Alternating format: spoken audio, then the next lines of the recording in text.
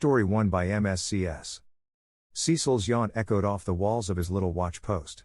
Another day nearly done, and then home to his wife's embrace, a hot meal, and a cozy bed. He rubbed his eyes, trying to force them to stay focused on the distant horizon, but the bright light left him seeing zooming spots, and there was one of those frustrating threads of distortion that doesn't go away no matter how many times you blink. He tried gently tilting his head, side to side, to make them settle out of the middle of his vision, but when his head moved, the thread stayed still. He shook his head gently, trying to clear his eyes and his mind. He took a sip from his canteen, looked in the dark for a moment, and then gently scanned the horizon. On about the third try, the church bell rang. As he turned for the door, he heard a deep, rumbling, polite cough. Ahem. Cecil peeked back in the door, his hand gently gripping the hilt of his sword. Never hurt to be cautious. Before the window sat a large scaly head, a polite smile dancing across its lips. Do you know where I might find Sir Alden Darwin? The hand dropped from his sword. Cecil quietly returned to the window. If a dragon wanted you dead, you were. He was not dead, and he hoped to keep it that way. I'm afraid he has been captured, ransomed by privateers. What? Flames danced between the dragon's teeth, as he spat the word, but he caught himself. He gently soothed the now cowering guard before him. Steady, steady. I know you're not to blame. Where might I find them?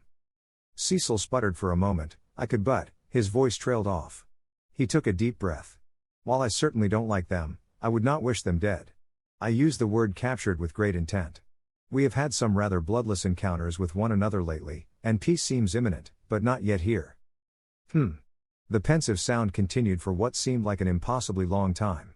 What is your name, brave guard? Ha! Cecil the Brave, apparently. Well, Cecil the Brave, he cringed at the idea of trying to explain that he was joking. I, Glassmaker, promise to you that I will do everything within my power to preserve that peace. No killing. Cecil wished he could have sewn his own mouth shut as soon as the words tumbled out.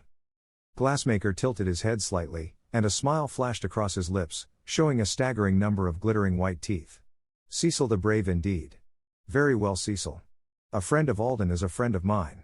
I cannot promise you no killing, but I can promise you that it will be my last resort. A claw as long as Cecil's forearm poked through the window, and it took him a moment to realize the Glassmaker had extended his pinky, and wanted to shake on it. Deal. Cecil's grin was wider than his whole head. They can't have taken him far. They have 3 castles dotted up the coast, starting 100 miles north of here. Glassmaker's running start took him to the air with staggering speed. His voice boomed when I return. We will have to discuss when you can visit for tea. The adrenaline still pounding in his ears, Cecil half walked, half staggered home, shaking like a leaf the whole way. Who could he tell? Would they believe him? He stopped. Tea. What do you bring a dragon as a housewarming gift? He grinned to himself. Guess I'll just have to ask Alden when he gets back. Glassmaker chuckled to himself as he circled high above the castle. The small band of mercenaries were armed to the teeth as they tiptoed out of the back gate. Scorching parley? In flaming letters on the meadow in front of the castle had hardly been subtle, but he hadn't quite expected them to simply flee. No. Not fleeing. They carried among their swords buckets of paint. Terms? His wings folded as he dove silent except for the rush of air past his wings, landing daintily behind them. I beg your pardon, but would you mind if we simply spoke face to face? In hundreds of years, it never got old. He watched them collapse into a disorganized heap of curses and yelps. Some of them even fell flat on their backsides, making a pleasant ringing sound as their short swords clanked off armor and rock. They exchanged terrified glances, eyes trailing over the huge splashes of cornflower blue paint now covering their armor and swords, shaking like leaves to man. Sorry about that. I find it safer to land behind a party when they're armed. Some sobs.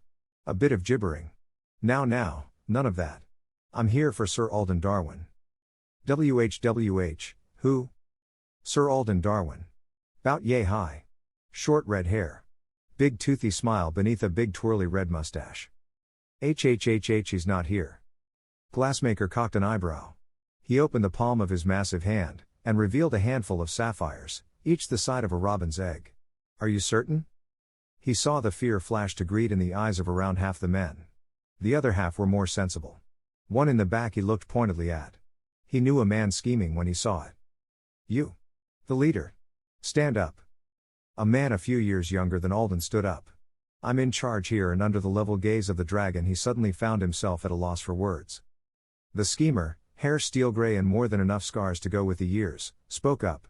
Guess the dragon's in charge now. Oh, I don't really go in for that sort of thing. I'm just here to negotiate Alden's release. He missed our luncheon 3 weeks in a row. Utter confusion. 2 different arguments broke out, and he couldn't help it. The indignant shout of some kind of dragon-sized mug of ale? Made Glassmaker actually burst out laughing.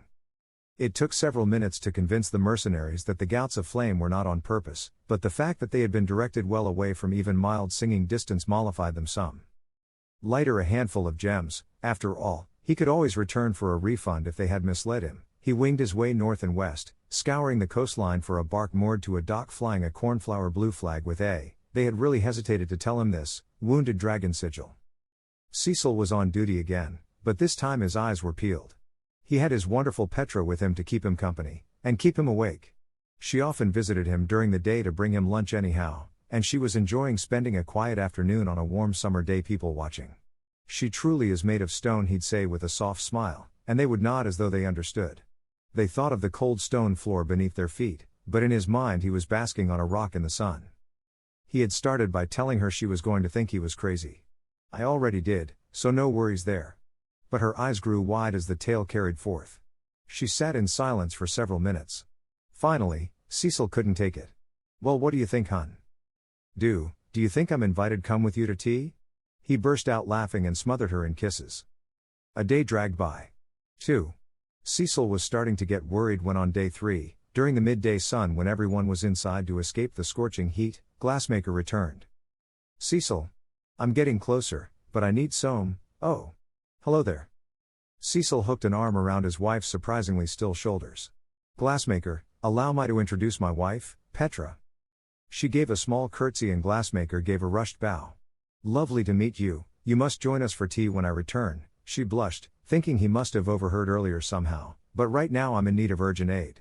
I need you to paint me like this. The shimmering green stripes painted atop Glassmaker's dark blue skin were dizzying to look at. The golden spear had been so artfully applied that it really did look like it was making a bloody wound in his side, but somehow it made Cecil deeply worried. One of the townspeople had helpfully tied several bedsheets together and made a sort of false bandage to cover the gory parts. Glassmaker clutched a sapling-sized flagpole, the cornflower blue bedsheet flapping cheerfully in the wind as he glided effortlessly on the thermals back to the coastline. He could already see the stadium and hear the cheering crowd inside. This would be one tournament they would never forget. The opening ceremonies would be a declaration of peace, followed by 5 days of games and amnesty for prisoners. All this hinged upon Glassmaker agreeing to land as a sign of blessing for the peace. The plan was kept secret, but special care had been taken to ensure no panic at the event. Expect something big. It might seem scary, but we promise it's safe. Safe. He grumbled a little internally. He was not safe. He was kind. Merciful. Even a little silly sometimes, he admitted, looking at the stripes and flapping flag. Something was wrong. The men on the stage were not the men from the boat. The men from the boat were standing on gallows. The speech ended with, "And we take these signs from the gods that these men be declared traitors and executed for their crimes." A smattering of confused applause. He tucked into a fast dive, slamming to earth in front of the gallows. Morkant. Seems things haven't gone to plan. He was so relieved he could have hugged the beast. No. The scum at the podium decided war was way more profitable. All of them? All except the woman on the far left. Sorry, Cecil, he thought, as his jaws opened. He reached for the first on the end, but he paused. No. Let the humans handle it their way. But perhaps he could set them on the right course. He turned in a broad circle, speaking to the crowd. The men on the stage were afraid because the men at the gallows had won my trust. I came here dressed as your sigil to honor them. Take what signs from that you will. What say you? Murmurs of confusion rippled through the crowd. A few guards arrived, took one look at the massive dragon painted like their sigil, and immediately stood at attention. Whatever was going on, they were waiting for some goddamn orders. Minutes passed. Glassmaker paced tensely. What was going on? Impatient, he finally barked, "Have any of you seen Sir Alden Darwin? Could someone please fetch him?" The confusion rose in pitch to a dull roar. The soldiers glanced nervously at one another. Glassmaker gritted his teeth. One of them snapped, falling to pieces on the ground. Damn. It'll take a month to regrow that. He pointed a clawed finger at a nearby guard who was looking up with a friendly smile. and silently beckoned him over. "Soldier, what is going on?" I was going to ask you that, sir." "Shit. Well, so much for that. Do you know where Alden is?" "Yes, sir. He is in the cells beneath this very stadium." "Is he safe and well?" The soldier hesitated, and winced at the look on Glassmaker's face as he noticed the pause. "Well enough. He broke his arm trying to escape last week. He fell. Honest. Ask him yourself." Glassmaker's expression softened. "Please have him released, given a bath, fresh clothes and any provisions he needs, and have him brought to me at once." He was going to let Alden figure this nonsense out. But that would take time. He sighed deeply. His voice boomed out people of. And he trailed off. "Where are we?" He leaned to another guard. "Where are we?" "Arnon, sir." "People of Arnon. Clearly there is more to this than meets the eye. A trusted mediator is on his way. In the meantime, he made a come on. Get playing." Gesture to the band, blowing over a few sigils and banners in the process.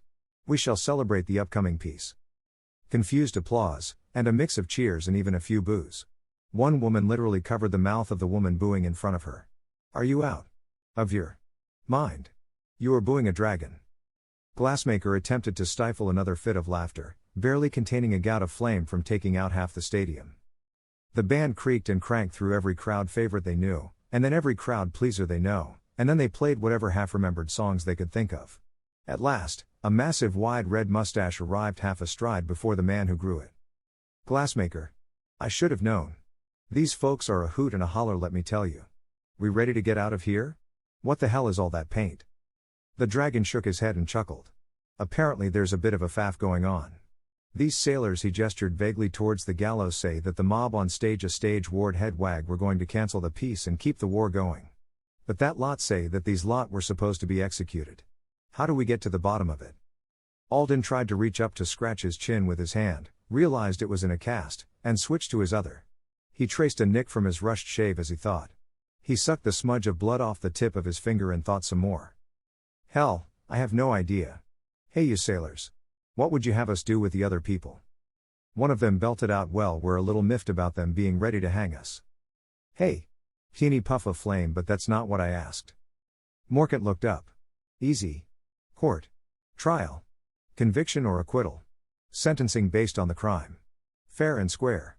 Perhaps more than they deserve. We don't actually have a death penalty." He shot a glare at them. In our defense, one of the slightly nervous-looking members of the gallows justice crew squeaked, "There was a trial." A fresh wave of boos and jeers roared from the audience. Bones from the snacks people had brought pelted the stage. Glassmaker did his toothiest smile, the fresh gap bleeding slightly. "It looks like there has been a new trial, just now. Perhaps their trial was unfair in some way?" The noise started to peter out. No cheers, no boos. An awkward cough here and there. Morkant frowned. "What's the matter? Don't want to explain what happened now?" The sailors gave dark laughs.